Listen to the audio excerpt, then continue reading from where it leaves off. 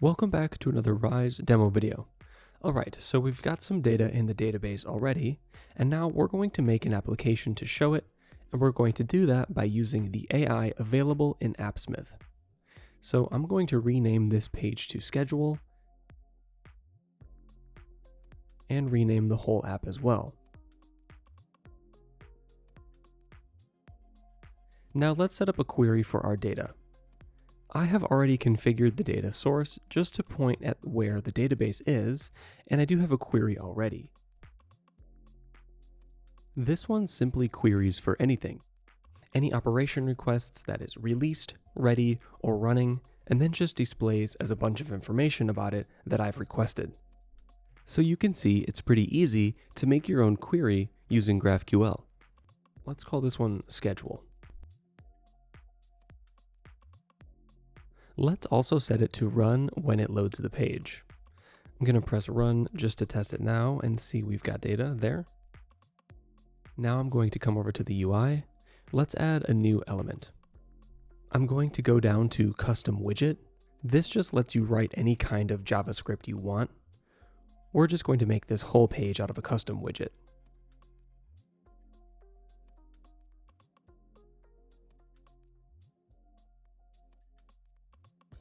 So first of all, we need to pass in some data.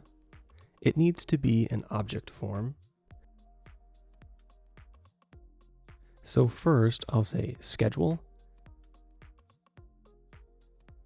and that can be from our query.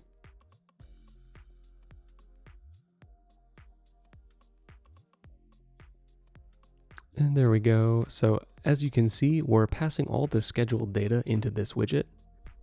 Now we're going to edit the source. So it opens up a new window and you can see the AI lets you describe what you want. And here we go. I've got some of the data. I find it easier just to paste the data into the AI that you want rather than relying on it reading this live model properly at this stage. And then I'll give it a prompt. So what do we say?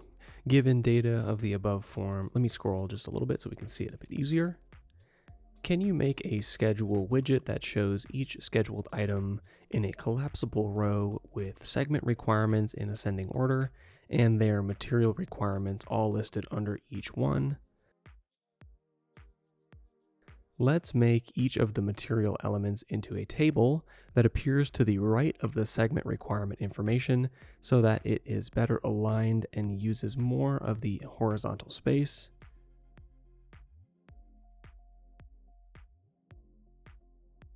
All scheduled items should be expanded by default and will have a collapse all button.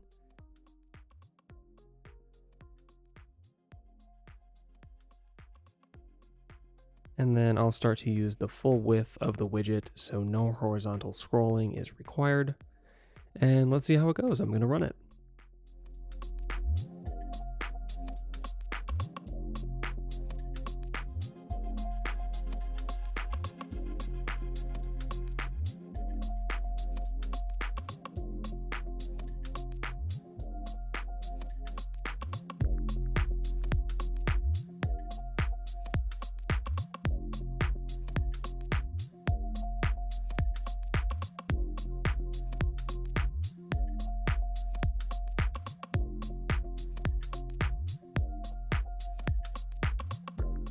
All right, so it's not bad, looking pretty good. So you've got the whole schedule, and then let's say if you want to show kilograms in lowercase or something of the sort, it's very easy to just prompt it again, and let me show you how to do that. So you can just come back into the widget, and what we're going to do is have a look at the source. We could, describe to the AI again that we want the kilograms in lowercase, but you can also just fully edit the JavaScript and not use the AI if you don't want to. So you can see here the quantity UOM is used. And so let me make a quick edit in the JavaScript to lowercase, something like that. Yep, that's correct. So you can see that the kilograms is now in lower. We'll close that one up and there you have it, very easy.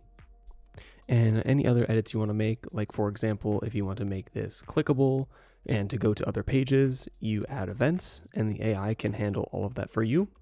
So there you go, schedule generated in just a couple minutes. Thanks for watching.